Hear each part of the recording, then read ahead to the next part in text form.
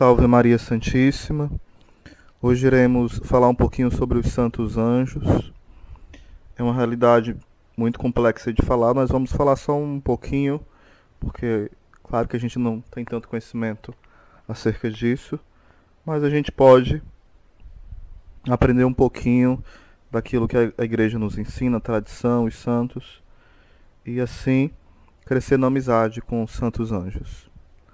Primeiro, é bom entender que o credo já vai nos dando esta certeza que Deus, ele criou o céu e a terra, fez toda a criação e nessa criação os anjos estão incluídos, esse mundo invisível. Então o credo deixa muito claro acerca da criação dos anjos. Devemos também entender que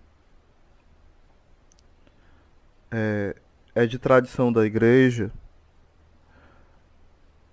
pelos santos padres, dizer que houve uma provação para os anjos. E Padre José Fortea, ele argumenta que, em uma das suas pregações, explanações sobre o mundo angélico, ele fala que sempre com as suas criaturas, porque que Deus sempre os prova, assim como provou o homem, provou os anjos, porque é a forma mais perfeita, segundo o Padre José Fortea, de alargar o coração do homem para amar mais, para amar e amar melhor. Então, esse é uma das explicações do Padre José Fortea, sem dúvida muito sólida essa explicação que ele faz, essa abordagem. A provação ela vai alargando o coração do homem para amar, e o coração também dos anjos por esta provação. Porém, o homem ou os anjos poderiam se fechar a essa provação, fechar o seu coração, porque eles têm essa capacidade de abrir ou fechar-se. O Senhor não nos obriga a amá-lo. Então, alguns santos padres vão relatando que a provação que os anjos passaram foi quando Jesus apresenta todo, de certa forma, não todo no sentido pleno da palavra, mas em certo sentido, todo o mistério salvífico, mostrando a encarnação, mostrando que os anjos deveriam servir Jesus homem e também servir os homens.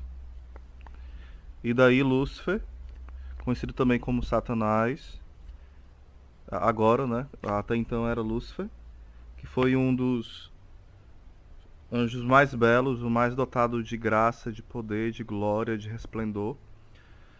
Segundo Ezequiel 28, a interpretação espiritual desse texto vai falando sobre que ele estava coberto, né, das mais belas joias, vai falando sobre toda essa beleza do querubim ungido, falando, remetendo de forma espiritual a Lúcifer, lá em Isaías 14, se eu não me engano, versículo 7, versículo 8. Depois eu posso, em outro áudio, conferir. Eu não estou bem recordado agora, mas a gente pode, durante o áudio, lembrar direitinho, certo? Então, qual seria essa prova? Como eu já falei, alguns santos padres entendem que a prova foi que o Senhor mostrou, revelou o plano da salvação, que eles teriam que servir ao Verbo encarnado. Então Lúcifer grita bem forte: eu não servirei. Ele se rebela contra a vontade de Deus. E é interessante que, à medida que Satanás se rebela, ele começa a contagiar os outros. Não é que ele começa a obrigar, não. Ele começa com as suas ideias, pela comunicação angélica que eles têm, de forma diferente da nossa, a convencer e argumentar para que outros anjos venham para o lado dele, de várias classes, né, dos anjos. Como a gente já falou em outro áudio, tem os coros, né, as hierarquias. Então houve esse momento onde aqueles que estavam do lado de Lúcifer voltaram para o lado de Deus e outros passaram para o lado realmente de Lúcifer. E fala a Bíblia que 1/3 dos anjos foram para o lado do dragão. O dragão com sua cauda trouxe a terça parte das estrelas. As estrelas representam aqui os anjos. E também um detalhe que os santos vão nos ensinar que esse tempo, que não é um tempo como o nosso, se eu não me engano o tempo é chamado Evo, é um tempo diferente do nosso, que é um tempo angélico, não é a eternidade de Deus em si mesmo, e nem é um tempo humano, meramente cronológico, mas um tempo diferente. E eles não tinham contemplado a face de Deus. Então, quando há essa prova, os que são aprovados começam a contemplar a face de Deus, os anjos. E os que não são aprovados nunca contemplarão. Nós podemos até nos assustar com essa afirmação, porque fala que a batalha que houve foi no céu. Mas entendamos que na Bíblia o céu quer dizer várias questões, e nem sempre deve ser levado ao pé da letra o céu, como sendo a eternidade de Deus em si mesmo. Então, seria até incoerente achar que os anjos já contemplavam a Deus, porque é impossível ver a Deus e escolher pelo mal. Então é bem sóbrio as afirmações que colocam que os anjos ainda não viam a Deus. Só após essa provação, os aprovados iriam para essa glória de Deus, onde eles contemplariam de fato a face de Deus. E daí não teria mais volta após essa escolha. Não tem mais volta. Ou seja, os anjos que contemplam hoje a face de Deus, Deus que é belo, santo, que é atraente demais, é impossível querer voltar atrás. Impossível. Assim como para aqueles que são salvos, santos, que estão com a sua alma já contemplando a Deus, e um dia contemplarão com seu corpo e com a sua alma, eles não podem mais voltar atrás, porque eles escolheram de fato. Também os condenados não podem voltar mais atrás. Da mesma forma, os demônios é impossível voltar atrás. Até foi condenado na história da igreja aquilo que Orígenes afirmava, que poderia haver uma convenção, uma segunda chance para o demônio e para os condenados. Mas o catecismo da Igreja Católica e na história da igreja nós percebemos que a igreja não aceita isso. Por quê? Não porque exista uma deficiência, um limite na misericórdia, não. Mas é porque o coração do condenado e do demônio chegou a tal ponto que não consegue mais voltar para Deus. É uma deficiência deles, não é de Deus. Então Deus respeita esse coração que se revolta contra ele. Deus continua amando tanto os demônios como os condenados, mas eles odeiam a Deus. Aqui é só um pequeno esclarecimento a respeito dessa história, né? Aqui é uma parte mais teológica. Também é interessante colocar que vai falar aqui Santo Afonso. Deus criou todos os anjos em estado de graça, sendo ordenado a Lúcifer que adorasse o Filho de Deus, que se devia fazer homem. Não quis, em seu orgulho, obedecer e arrastou a terça parte dos anjos em sua rebelião. Esses espíritos rebeldes foram logo depois expulsos do céu por São Miguel e condenados ao inferno. São os demônios que nos tentam ao pecado, para nos tornar seus companheiros, nos tormentos.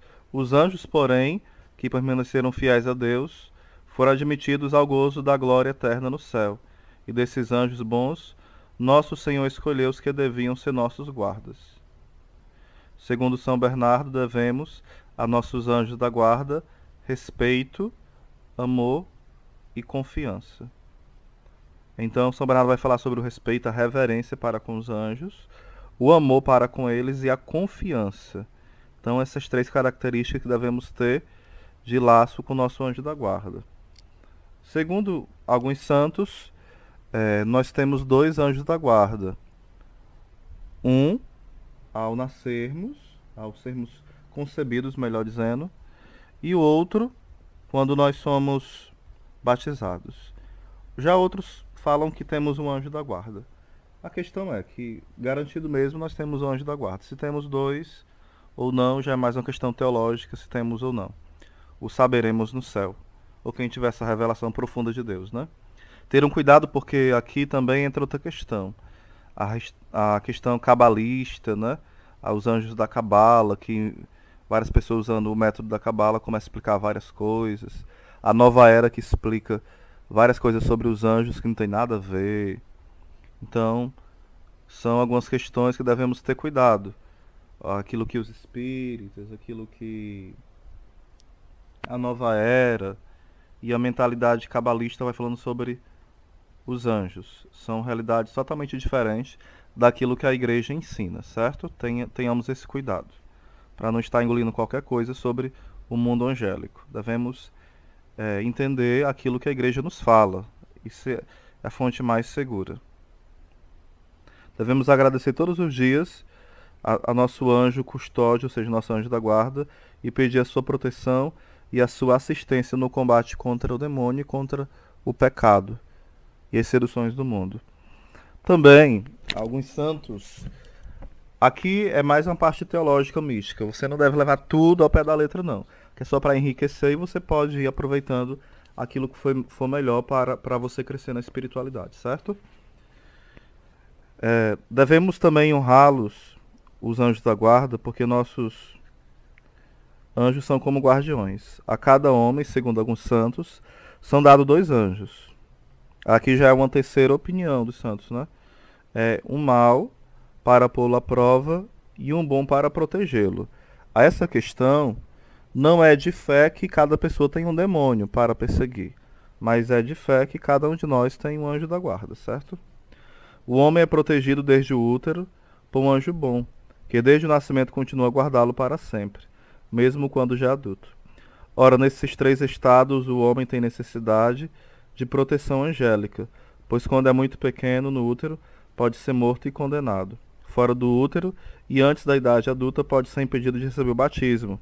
Chegado à idade adulta, pode ser levado a cometer diferentes pecados. De fato, o diabo seduz a razão do adulto com astúcia. Alicia sua vontade com carícias. Oprime sua virtude com violência. Era necessário, portanto, que houvesse um anjo bom encarregado de proteger o homem e instruí-lo, afastá-lo dos enganos, exortá-lo e incitá-lo ao bem, defendendo das carícias e da violência demoníaca. Pode-se assinalar 4 resultados que o homem obtém da proteção do seu anjo da guarda. O primeiro é fazer a alma progredir na aquisição da graça, o que o anjo faz de 3 maneiras. Primeiro, afastando dele tudo que impede de realizar o bem, como está indicado em Êxodo 12, onde se diz que o anjo golpeou os primogênitos do Egito. Segundo, expulsando a preguiça, como está dito em Zacarias 4, o anjo do Senhor despertou-me como homem, é despertado de seu sono. E terceiro, conduzindo no caminho da penitência e trazendo de volta, como é descrito em Tobias 5. O segundo resultado acerca do que o anjo faz em nossa vida é impedir-nos de cair em falta, o que o anjo faz de 3 maneiras. Primeiro, impedindo o pecado futuro, como indicado em Números 22, onde está dito que Balaão ia amaldiçoar Israel, e foi impedido por um anjo. Segundo, repreendendo pelo pecado passado, a fim de corrigir-se dele, como assinalado está em Juízes 2, onde se vê que quando o anjo repreendeu os filhos de Israel por sua desobediência, eles elevaram suas vozes e clamaram a misericórdia do Senhor. Terceiro, agindo quase com violência, a fim de abandonar o pecado atual, como mostra a violenta intervenção para expulsar Ló e essa mulher de Sodoma, isto é, do hábito do pecado. Então ele vai agindo nessas 3 dimensões do tempo, presente, passado e futuro, para nos tirar da condição da escravidão do pecado. O terceiro resultado é elevar-se depois da queda, o que o anjo faz de 3 maneiras. Primeiro, estimulando a contrição, fato assinalado em Tobias 11, Tobias 2, melhor dizendo, onde se mostra que, seguindo as ordens do anjo, o jovem Tobias atou com fel de peixe, que significa a contrição, os olhos de seu pai, isto é, os olhos do coração. Segunda, purificando os lábios, para se confessar dignamente, como indicado em Isaías 6, o personagem que teve os lábios purificados por um anjo. E a terceira, fazendo aceitar com alegria a confissão, como diz Lucas 15, segundo a qual haverá mais alegria no céu, por único pecador que faz penitência, do que por 99 justos que permanecerem na perseverança.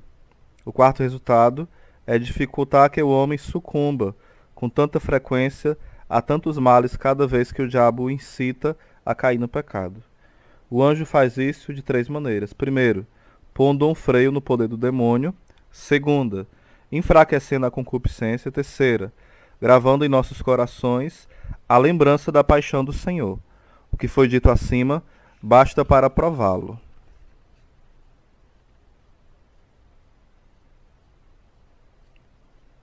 Devemos usar os anjos também porque são nossos, de certa forma, né, uma expressão usada, escravos, a gente diria amigos que estão ao nosso dispor. Deus os coloca para nos servir. Isso é um mistério, meu Deus, tremendo, porque nós tão pecadores, tão falhos, e os anjos tão poderosos se colocam ao nosso serviço, porque Deus os pede e eles nos servem com alegria. Todos os anjos, dizem em Hebreus 1, são espíritos que nos servem. Todos têm uma missão em relação a nós, pois os superiores servem os médios servem os inferiores, e estes servem a nós. Essa missão decorre de 3 fatores. Primeiro, a bondade de Deus, que se preocupa com a nossa salvação, e para isso nos envia espíritos de bondade enorme, que eles estão intimamente unidos e aos quais encarrega de nos salvar. Segundo, da caridade dos anjos, porque a finalidade de uma caridade perfeita é desejar ardentemente a salvação dos outros. É o que Isaías diz: aqui estou, Senhor, enviai-me. Os anjos podem nos ajudar porque nos veem privados de seus auxílios e atacados por anjos maus, e porque a lei da caridade angélica o exige. Terceiro, da indigência do homem, pois os anjos bons são enviados para inflamar nosso coração de amor. Daí a representação disso ser a carruagem de fogo que os traz. Iluminar a inteligência no conhecimento de seus deveres, o que é representado pelo anjo do Apocalipse, no capítulo 10, que tinha um livro aberto na mão. O anjo também fortalece nossa fraqueza até o fim, como indicado em Reis 19, onde um anjo levou Elias um pão cozido sob as cinzas e um jarro de água, ele comeu e assim foi fortalecido, pôde ir até o Horebe, a montanha de Deus. E em terceiro lugar, devemos honrar os anjos porque são nossos irmãos e nossos co-cidadãos.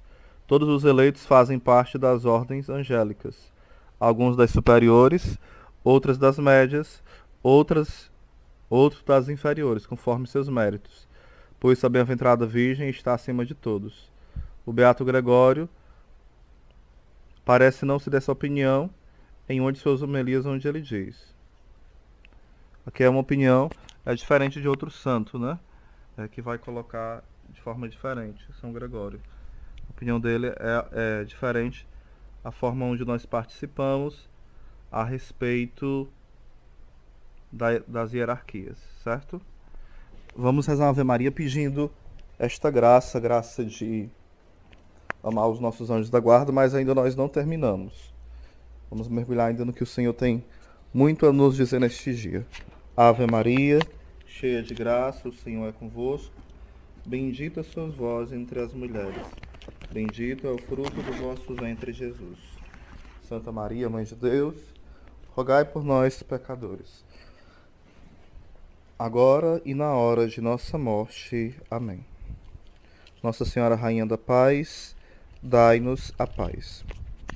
Lembrando que em outro momento nós podemos fazer um somente sobre os demônios, sobre Satanás, o diabo, né? Como é que é entendida essa questão na Bíblia, na tradição da Igreja, na experiência com os santos, no magistério, neste sentido.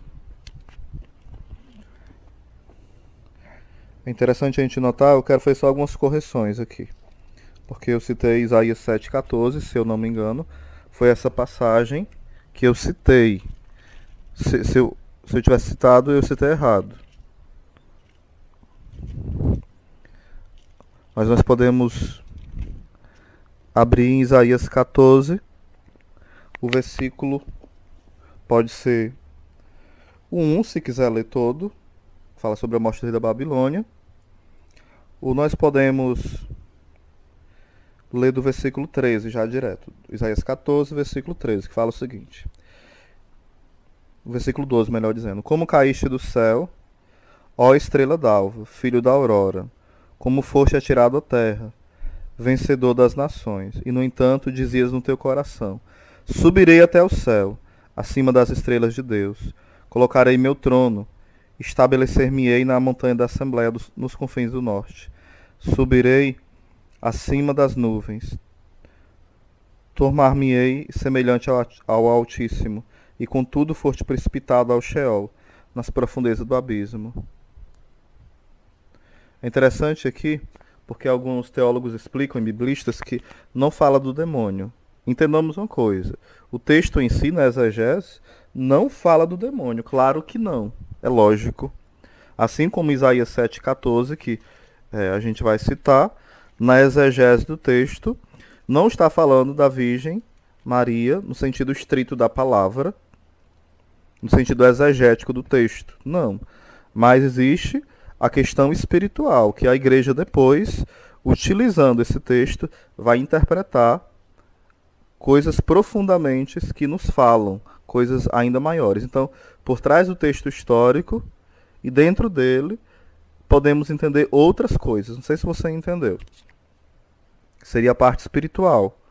Então, esses versículos indicam, segundo muitos santos padres, essa queda de Lúcifer, essa estrela. Também Amaleque seria uma prefiguração de Satanás. Nós poderíamos dizer Herodes também. Nós poderíamos dizer o faraó. Nós poderíamos dizer tanto os filisteus, vários inimigos que vão se colocando contra o povo de Deus, são prefigurações do demônio. São figuras onde vai mostrando. O dragão também é uma figura do demônio, a serpente. Vários seres na Bíblia indicam essa ação do demônio. Então não é questão de pegar textos isolados para o que nós queremos, não. É uma questão de nós entendermos que o demônio de fato existe. E hoje, infelizmente, até dentro de alguns teólogos que se dizem católicos, eles querem negar essa realidade espiritual. Mas devemos não ficar também fixado em achar que tudo é demônio, claro que não, de forma nenhuma. O centro da fé é Cristo, mas Cristo veio para combater as obras de Satanás. Então é um ser perverso e pervertedor. Devemos lutar contra ele. Lá em Ezequiel 28, versículo 13, Ezequiel 28, 13, vai falar: Estavas no Éden, jardim de Deus. Engalanavas-te com toda sorte de pedras preciosas, rubi, topázio, diamante, crisólito, cornalina, jaspe, lazulita, turquesa, berilo. De ouro eram feitos teus discos e teus pingentes. Todas essas coisas foram preparadas nos dias em que foste criado. Fiz de ti o querubim cintilante, o protetor. Estava no monte santo de Deus, e movias-te por entre brasas ardentes. Desde o dia da tua criação foste íntegro em todos os teus caminhos, até um dia em que se achou maldade em ti. Em virtude do teu comércio intenso, te encheste de violência e caíste em pecado. Então te lancei do monte de Deus como profano, e te exterminei, ó querubim protetor, dentre as pedras do fogo. Aqui vai falar sobre o retiro de um homem. A gente não está negando isso também, na exegese do texto. Mas espiritualmente fala-se, muitos santos interpretam também como a queda de Lúcifer, mostrando a sua beleza, o seu poder, a sua grandiosidade, mas que ele se orgulha, por ser soberbo ele peca. E São Miguel Arcanjo é aquele que pela sua humildade vence o demônio. É tanto que muitos exorcistas falam que o demônio, ele tem, claro que o maior medo de Cristo, que é o Senhor, que é Deus, mas uma raiva maior de Nossa Senhora, porque Jesus é Deus e por isso, mesmo odiando, ele se conforma, porque Deus o vence. Mas Nossa Senhora, que não é deusa, vencê-lo, para ele é uma grande humilhação. É interessante entender também que é um dos títulos de Nossa Senhora, Rainha dos Anjos, que pisa, né, todos os planos do demônio. E é interessante também entender que uma questão que alguns santos colocam, além do verbo encarnado que foi mostrado para os anjos, a qual eles falam que não servirá ao verbo encarnado, aos homens, mas foi mostrado que também o verbo encarnado nasceria de uma mulher. E eles teriam que servir essa mulher. E daí também alguns santos padres afirmam que a rebeldia aumenta e eles gritam, eu não servirei. E daí Miguel, na sua humildade, mesmo sendo da hierarquia mais baixa, ele grita, quem como Deus? Então é a humildade que vence a soberba. Peçamos ao Senhor esta graça. Amém.